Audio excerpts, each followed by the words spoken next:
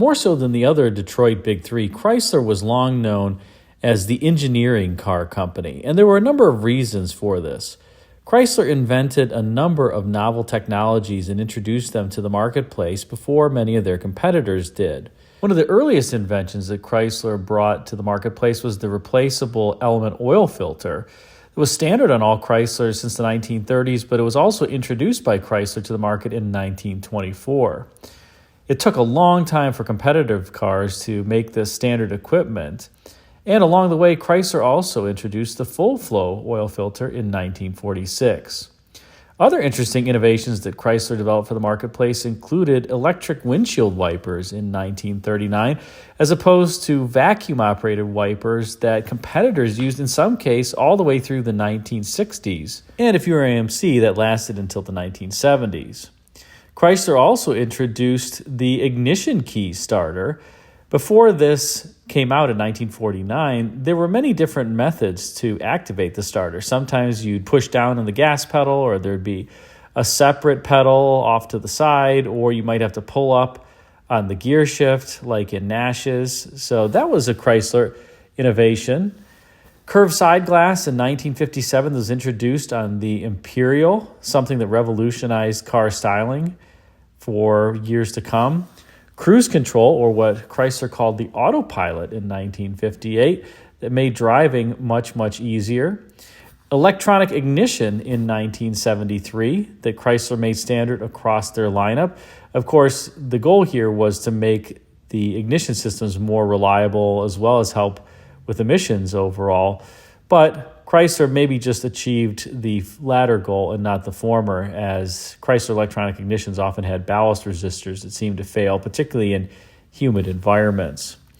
And let's take one from the 80s. Chrysler also introduced the electronic voice alert system in 1983 that had a number of different programmed warnings that were narrated by a computerized voice, like, "Your door is ajar." Regardless, one of the coolest inventions that Chrysler came up with, and something that many Mopar fans just have a great love for, is the Chrysler gear reduction starter, which Chrysler introduced to the market in 1962. Prior to this point in time, Chrysler had primarily purchased their starters from Autolite or Ford's division, at least until 1961. And then when they introduced the gear reduction starter in 1962, it really continued on in similar format all the way until 1987, although some changes were made along the way to the gear reduction starters. The earlier gear reduction starters produced prior to 1975 were rated at about 1.5 horsepower, and after 1975, Chrysler switched to a higher torque gear reduction starter, in part because they found that in cold weather or if batteries were not overly strong, the original gear reduction starter couldn't always spin the motor over fast enough for the pickup coil to discern the signal that was needed to trigger the electronic ignition. So that certainly wasn't great if you were trying to start your car on a cold battery and just couldn't get the ignition to fire off. Now, interestingly, if you want to convert your starter from one of the lower torque gear reduction starters to higher torque units, you can do that and they simply interchange. But doing so means that you lose that nostalgic sound, the Highland Park hummingbird of the Mopar starter. And a number of people have told me, why don't you just interchange the ones that you have with the newer model starters, because the car will start faster, it'll be more responsive to firing up on a cold day. And my response is, I don't want to. I want the sound of that Chrysler gear reduction starter.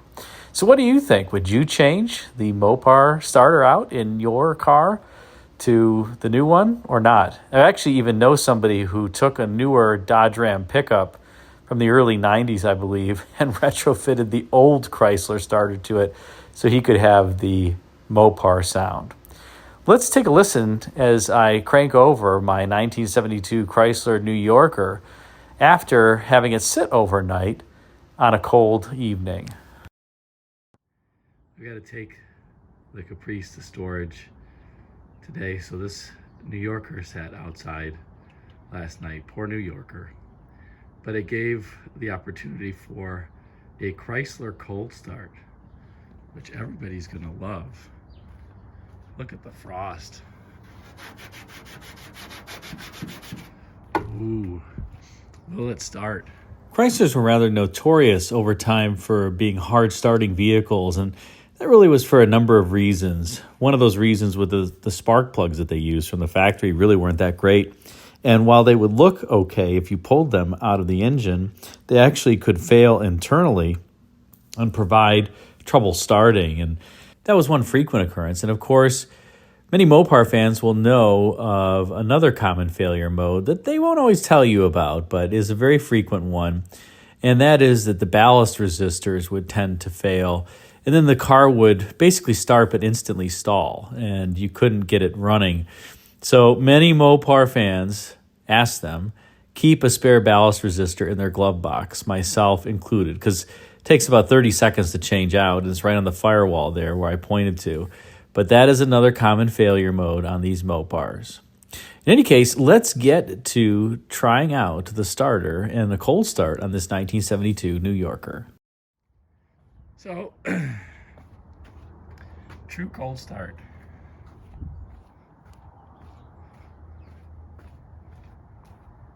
Unrehearsed.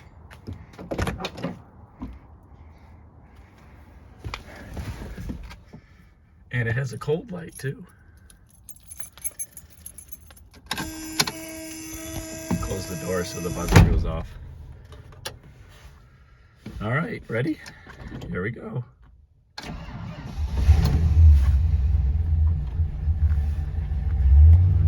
That's it. No issues.